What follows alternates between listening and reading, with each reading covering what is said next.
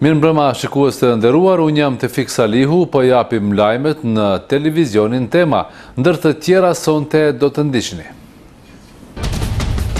Rreth 90.000 euro gjoba për partitë politike, prin Partia Demokratike e Kosovës.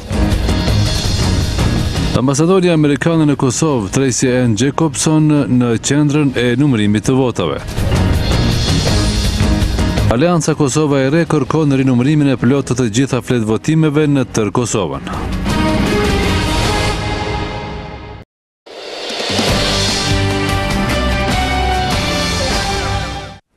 Në gjykatën themelore në Mitrovic ka përfunduar seanca kryesore ndaj Sulejman Selimit, Sami Lushtakut, Jahir Demakut, Sabit Gecit, Avni Zabelit, Ismet Haxhës dhe Sahit Jasharit në rastin e njohur si grupi Drenicës. Në këtë seancë të gjithë avokatët kanë kundërshtuar kërkesën e prokurorit e Oleksit që dëshmitarët e akuzës të merren përmes videolidhjes me zë të deformuar dhe fytyrë të maskuar. Por ekipi mbrojtës i Sulejman Selimit ka kërkuar që seancat të jenë të hapura dhe dëshmitarët të jenë prezent në gjykatë dhe të dëshmojnë vetëm të vërtetën çfarëdo qoftë ajo. Gjykata do të marrë vendim për këtë kërkesë të mbrojtjes në seancën e radhës, e cila është caktuar që të mbahet më 24 qershor. Kryetari i gjykatës kushtetuese të Kosovës, Enver Hasani, nuk ka dashur të komentojë nëse marrëveshja ndërmjet 3 partive opozitare, LDK-s, AAK-s dhe Nismës për Kosovën për formimin e qeverisë është jo kushtetuese. Por ai ka siguruar se nëse kjo çështje shtrohet për interpretim, gjykata kushtetuese do ta kryejë punën në mënyrën profesionale dhe në afat sa më të shpejt të mundur. Nëse vjen rasti te ne, i siguroj qytetarët e Kosovës se gjykata do të veprojë me profesionalizëm dhe përgjegjësi siç ka vepruar deri sot dhe do ta vendosë në një afat rekord, u shpreh Hasani.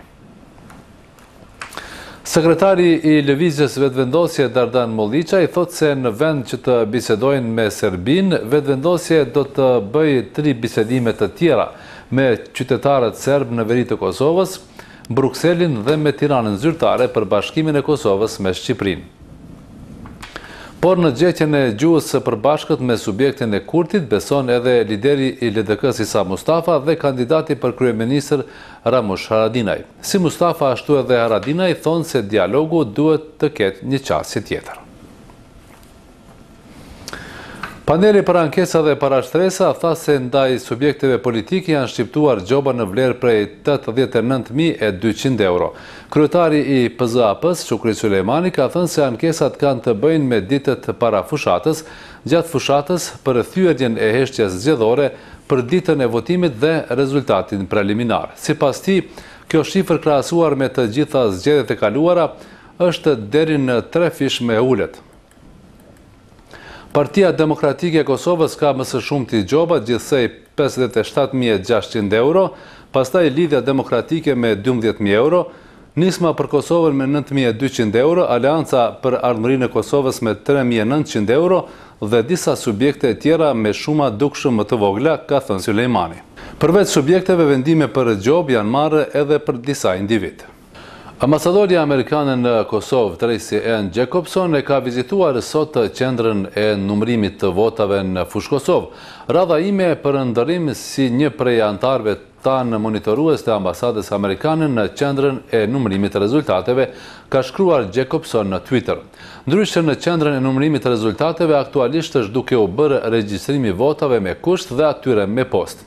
Proces pas të cilit do të bëhet edhe numërimi i tyre që do t'japë mundësinë KQZ-s të certifikojë rezultatin përfundimtar të votave për zgjedhjet parlamentare 2014. Në vazhdim, ju ftoj të ndiqni disa informacione të përmbledhura në blog. Alianca Kosova e Re, e cila për shkak të parregullsive të vërejtura kërkon nga Komisioni Qendror Zgjedhor rinumërimin e plot të gjitha fletvotimeve në tërë territorin e Kosovës. Në AKR thonë se nga përfaqësuesit e saj në qendrën e numërimit të votave kanë pranuar fakte të cilat flasin për parregullsi gjatë numërimit dhe bartjes së rezultateve në formularin e përputhjes së të dhënave dhe rezultateve, nga të cilat shihet se votat e AKR-s me apo pa qëllim u janë bartur subjekteve të tjera politike. Rinumrimi i plot i fletvotimeve do të eliminonte edhe pakënaqësitë që tashmë kanë filluar të dalin në shesh nga kandidatët dhe ankesat e tyre për manipulim të votave të mbrëmshme, thuhet në komunikat nga Aleanca Kosova e Re. Krimi i urrëties nuk ndalet vetëm në aspektet ndëretnike, por ka edhe tek orientimi seksual, gjinia dhe aftësia fizike e mendore. Politikanët duhet të pranojnë kritikat, ato janë gjuhë e urrëties. Kështu tha në konferencën e sotme të organizuar nga OSB-ja, me çrast ekspertë të ndryshëm ligjor nga Ballkani Perëndimor trajtuan format e gjuhës së urrëties. Shefi misionit OSB-s në Kosovë, ambasadori Jean-Claude Schlumberger, tha se institucionet e vendit dhe mediat kanë një përgjegjësi shumë të rëndësishme për të siguruar që të mos lihet hapësirë e urrëties etnike dhe mos tolerancës në vend. Ndërkaq përfaqësuesja OSB-s për lirinë e mediave, Dunja Mijatović, tha se gjuha e urrëties nuk është kur dikush thërret me emra ose thot gjëra vulgare e provokative, vetëm shprehje që nxisin dhunën ndaj të tjerëve duhet të ndalohen. Të gjitha fjalimet tjera, pavarësisht se për çfarë problematike bëhet fjalë, nuk duhet të ndiqen penalisht, ka thënë Mijatović. Grupi i parë i vullnetarëve të Korpusit të Paqes nga Shtetet e Bashkuara ka arritur në Kosovë. Në komunikat për media nga ambasada e SBA-ve në Prishtinë, thuhet se 25 vullnetar amerikan vijnë nga komunitete nga gjithë SBA-t dhe janë të përkushtuar të shërbejnë si mësues të gjuhës angleze nëpër shkollat e mesme të Kosovës për 2 vjet. Korpusi i Paqes filloi programin e tij të parë në Kosovë bazuar në marrëveshjen e nënshkruar nga presidenti Jajaga me zyrtar të Korpusit të Paqes në shtator të vitit 2013. Korpusi i Paqes është formuar nga presidenti amerikan John Kennedy më 11 mars të vitit 1961, që prej atëherë më shumë se 215.000 amerikan kanë shërbyer në 140 shtete njëkohëqire, thuhet në komunikatën e ambasadës. Kombëtarja e Brazilit filloi garat në Kupën e Botës me fitore bindëse ndaj Kroacisë me rezultat 3-1. Ndeshja e parë e grupit A arsyetoi pritshmërinë e adhuruesve të futbollit për një shfaqje shumë të mirë të dyja kombëtareve që kultivojnë stil të ngjajshëm të lojës. Në një lojë të hapur nga të dyja palët, të parët në avantazh kaluan kroatët me autogolin e shënuar nga Marcelo. Në minutën e 29, Neymar barazon rezultatin duke shënuar njëherësh edhe golin e parë për Brazilin në këtë kampionat.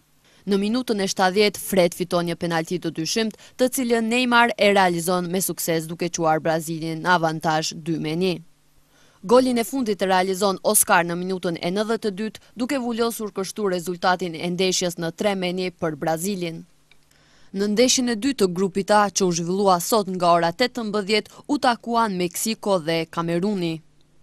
Fitoi kombëtarja e Meksikës me rezultat 1-0 me golin e Peraltas të shënuar në minutën e 61. Nga ora 21 do të zhvillohet takimi i parë në grupin B, ku do të përballen finalistët e kampionatit të kaluar, Spanja dhe Holanda, ndërsa pas mesnatës do të takohen kombëtarja e Chiles me atë të Australisë. Gjithçka është gati për mbajtjen e testit të maturës në Ferizaj, thonë zyrtarët e drejtorisë komunale për arsim. Nesër në Ferizaj mbi 3.000 maturantë do t'i nënshtrohen testit, i cili ka 120 pyetje nga 3 lëndë. Për mbajtjen e testit janë përgatitur 13 qendra, ndërsa janë të angazhuar mbi 200 zyrtarë të cilët do të kujdesen për mbarvajtjen e këtij procesi. Nesër në pjesën e parë të testit do të nënshtrohen në lëndën e gjuhës shqipe, në gjuhën angleze dhe në lëndën e matematikës. Pjesa e parë të testit do të nënshtrohen 3.125 maturantë, janë 13 qendra të testimit. Administruesët që do të administrojnë testin e maturës në Ferizaj janë administrues nga Gjilani, janë 218 administrues, plus komisionet, se sëdhen qendra janë ka 4 komision, do të një është prej drejtorisë arsimit, një ose 2 prej ministrisë, varësisht ministria sa i dërgon, dhe është një drejtori i shkollës në atë qendër komohet. Në anën tjetër, maturantët thonë se janë përgatitur që të nënshtrohen testit të maturës. Jemi përgatitur sa kemi mujtë, besoj që këto 3 vite na kanë shërbyer shumë për mësimet ose për arritjet që kemi bërë për nesër. Shpresoj që kemi kaluar me sukses. Kemi mbajtur shtesë, po na ka hyrë punë edhe librat për testet maturës, për arritshmëri. Ku më aty na domethënë na bazu deri më tani kena mësuar më shumë në ato, ku e kemi pas një lloj boze. Pas heqjes së klasës së 13, testit të maturës në Ferizaj do t'i nënshtrohet edhe gjenerata e klasëve të 12-ta, andaj për dallim nga viti i kaluar, si vjet numri maturantëve është rritur për 1000 sosh. Komuna e Shtimes ka lëshuar në punë stadiumin e futbollit. U tha se ky projekt do të jetë me dobi të madhe për futbollistët, të cilët deri më tani kanë ushtruar në kushte jo të mira. Komuna e Shtimes më në fund bëhet me fushën e vet të futbollit, e cila ngjall shpresat e sportistëve për suksese në të ardhmen. Të vetëdijshëm për mungesë të një terreni sportiv për klubet dhe shkollat e futbollit, Drejtoria Komunale për Kulturë, Rini dhe Sport i ka dhënë prioritet këtij projekti. Drejtoresha Fatmire Ferati tha se klubet e ndryshme të futbollit tash e tutje me mburje do t'i presin mysafirët në fushën e tyre të blertë. Është shumë i mirë edhe është shumë i domosdoshëm për qytetin e Shtimbës një stadion si ky, për arsye se e kanë mundësinë me zhvillu gjitha aktivitetet të gjithë të rinjt që doin me u mirë me sport, edhe po mdoket që ma rëndësishme është për ata që tashmë janë ligë klubi i futbollit Vjosa, që tashmë e kanë stadionin dhe kanë mundësinë me zhvillu ndeshjet këtu, edhe ma e mira është në thotë që edhe kosta financiare për klubin është pak ma ullët në krahasim me vite tjera, për shkak se jo është dashur me u thu në qytete tjera për me zhvillu ndeshjet, edhe ndeshjet që kanë qenë vendase dhe ato mysafir. Përfituesit më të mëdhenj nga ky projekt janë futbollistët, sepse për ta ditët e vështira në ushtrime e në përlëndina dhe hallat të sporteve ka përfunduar. Sipas udhëheqësit të shkollës së futbollit në Shtime, ky terren mundëson edhe identifikimin më të lehtë të talenteve të rinj të futbollit. Në komunën tonë, komunën e Shtimes, kanë ekzistuar disa shkolla të futbollit. Edhe tash funksionojnë disa shkolla të futbollit, edhe ato kanë pas shumë të vështirë me funksionu si shkolla. Kanë servit nga për fusha në bluda, domethënë me bori sintetik, ajo kanë me të thënë drejtën kanë veç një improvizim i futbollit. Tash me hapjen e këtij stadionit, rëndësia e këtij stadionit do të vrihet sidomos në vitet në vazhdim, edhe në ditët në vazhdim, kur ata djem që ushtrojnë futboll kanë mundësi me tregu talentin edhe me shpalos talentin para publikut shtimian, edhe me kontribu në të ardhmen për klubin e Shtimes edhe për klubet tjera të Kosovës. Projekti i stadiumit të Shtimes ka kushtuar rreth 120.000 euro, për të cilin Ministria për Kulturë, Rini dhe Sport ka investuar 80.000 euro, ndërsa të tjerat janë investim i komunës. Shikues të nderuar, këtu po e përmbyllim këtë edicion të lajmeve në televizionin Tema. Ju falenderojmë për vëmendjen, mirupafshim në edicione tjera.